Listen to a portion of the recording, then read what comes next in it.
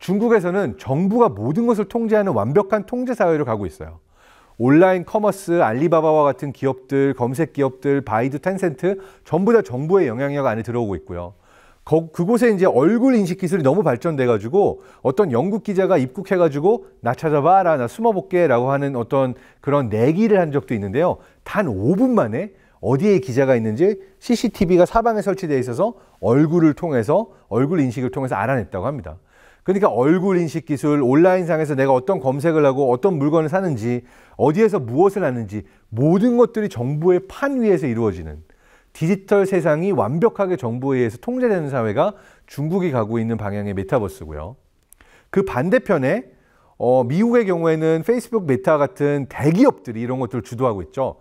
그렇지만 아직까지는 누구 한 사람이 또는 어느 한 기업이 어느 한쪽에서 이 세상을 전부 다 선점하지는 못했습니다. 그러니까 미국의 경우에는 완전히 춘추전국 시대에 가까울 정도로 엄청나게 많은 그 기업들이 저마다 메타버스 세상의 일부를 우리가 차지하겠다라고 경쟁하고 있는 굉장히 혼란한 판이라고도 할 수가 있는 거고요. 그리고 아직까지 이루어져야 되는 기술 발전이 많습니다. 컴퓨팅 기술, 네트워크, 하드웨어, 그리고 결제 서비스, 콘텐츠를 만들어내는 사람들, 이렇게 상상해 보시면 될 거예요. 인터넷 초창기에 아주 재미없었어요. 지금처럼 정보도 많지 않았고 물건 살 수 있는 곳도 없었고 그냥 거의 빈 공간이었거든요. 그런데도 이 공간에 일론 머스크 같은 사람은 페이팔 서비스를 런칭하면서 아직까지도 우리가 사용하는 결제 서비스를 만들었죠. 그것처럼 메타버스 세상 안에도 새로운 방식의 결제, 새로운 방식의 네트워크, 다양한 것들이 들어서기 시작할 텐데 우리는 지금 아주 시작점에 있고 이 모든 것들이 만들어져야 하는 시점에 와 있는 거죠.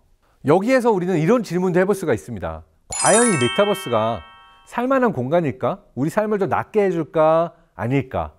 두 가지 시나리오도 생각해 볼 수가 있어요. 하나는 실제 세상이 나는 너무 가난하고 힘들고 정말 이 더러운 세상으로부터 나는 도피하고 싶은 마음이 많으니까 어딘가 멋진 가상 속 세상으로 도망가는 그런 세상을 꿈꾸는 게 하나의 시나리오입니다.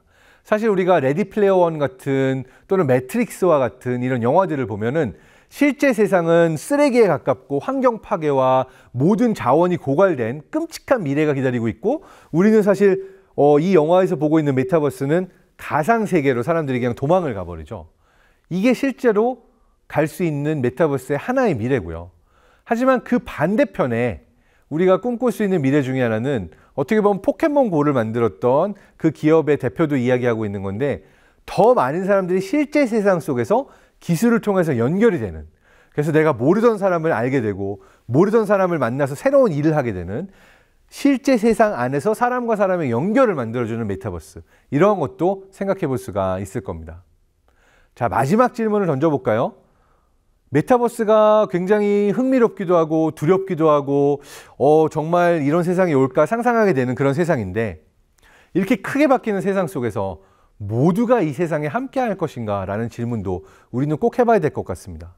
누군가는 지식을 갖고 있지만 누군가는 지식을 갖고 있지 못한 세상은 그 격차가 점점 커지는 세상이거든요. 그래서 우리가 온라인으로도 누구나 지식과 정보를 접할 수 있게 되고 서로가 서로에게 가르쳐 줄 수 있는 그러한 미래를 만드는 것이 굉장히 중요합니다. 그래서 메타버스의 미래를 설계하는 데 있어서 또 하나의 질문은 디지털 갭이라고 하는 것, 디지털 디바이드를 극복하는 거예요.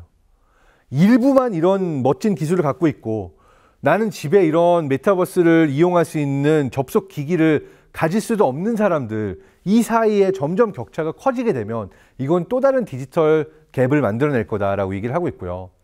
특히 2019년부터 시작된 코로나19 때 유엔의 경우에는 이런 보고서를 내기도 했어요. 디지털 디바이드가 예전에는 그냥 편리의 문제라고 했다면 코로나19를 겪으면서는 삶과 죽음을 나누는 경계가 되기도 했다. 여러분 잘 알죠? 스마트폰으로 백신 예약해가지고 빠르게 접종받은 사람들의 경우에는 아프지 않았어요. 근데 고령자들 중에서 이거 어떻게 예약하는데 나 스마트폰 사용할 줄 모르는데 이런 분들은 꼭 백신을 접종받았어야 되는데 안타깝게 돌아가신 이들도 아마 많은 걸로 알고 있습니다. 특히 해외에 이런 사례가 더 많았고요. 이거는 디지털 디바이드가 코로나19 때문에 삶과 죽음을 나누는 경계가 된 거죠. 이러한 일들이 있지 않기 위해서는 모두가 누릴 수 있는 그러한 메타버스 세상이 열려야 될 거고요.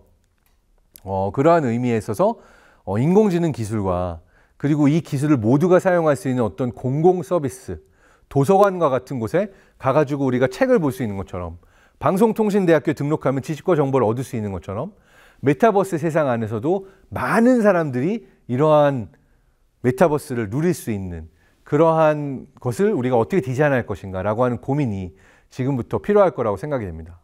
그래서 이렇게 많은 기술들이 존재하고 변화가 존재하는 세상 속에서 그럼 나는 어떻게 살아남아야 할 것인가?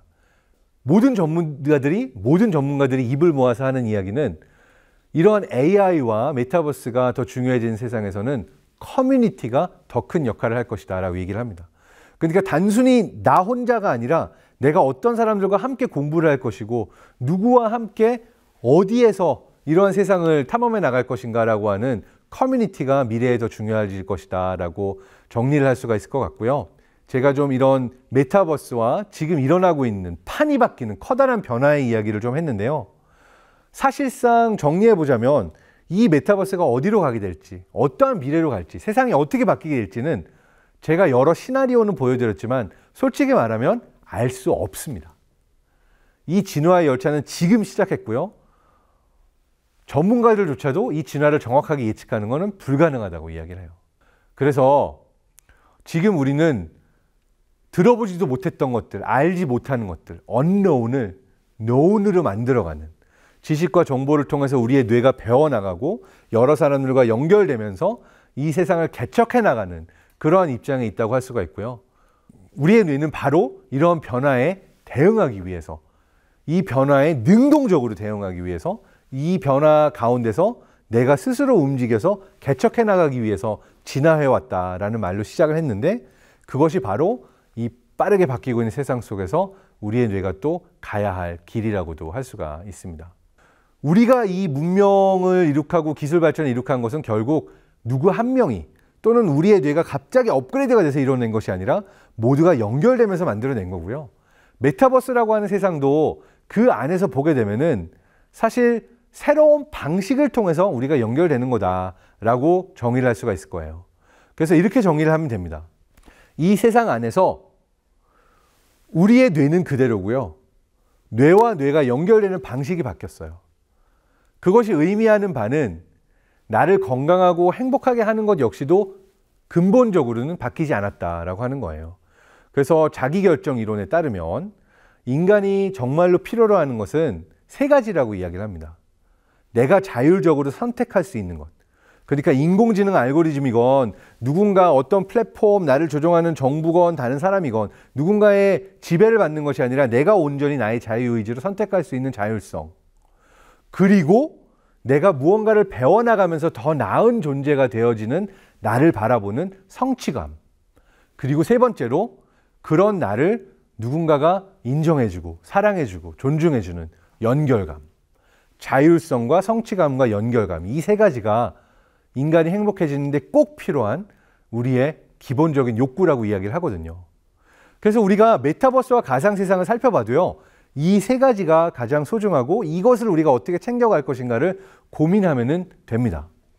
게임 중독, 디지털 중독, 메타버스가 오면 더 심해지지 않을까 걱정할 수 있겠죠.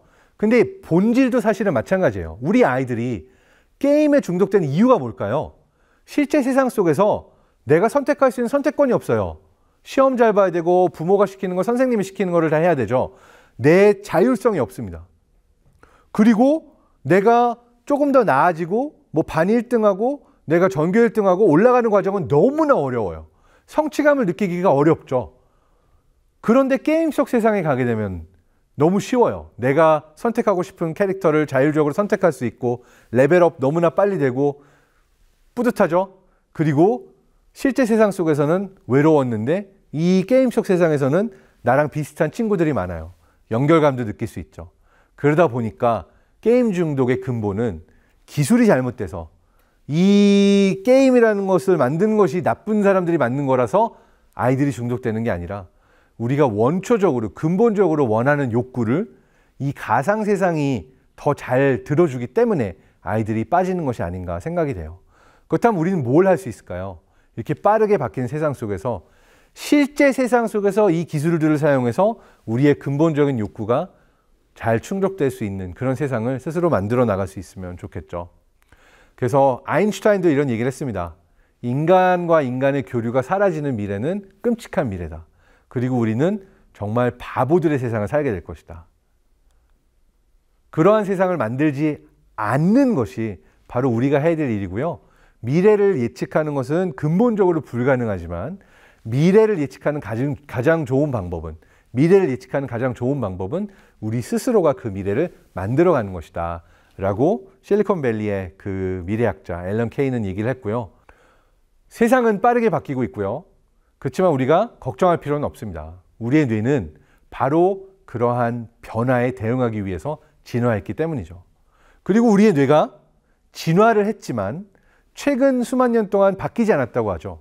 그렇기 때문에 중요한 것은 우리의 뇌가 기본적으로 무엇을 중요하게 생각하는가 이걸 인지하고 변화에 대응하면서 미래를 우리 스스로가 만들어가는 것이라고 할 수가 있겠습니다. 지금까지 뇌과학 박사 과학 커뮤니케이터 장동선이었습니다. 그렇다면 2부에서 만나 뵙도록 하겠습니다. 감사합니다.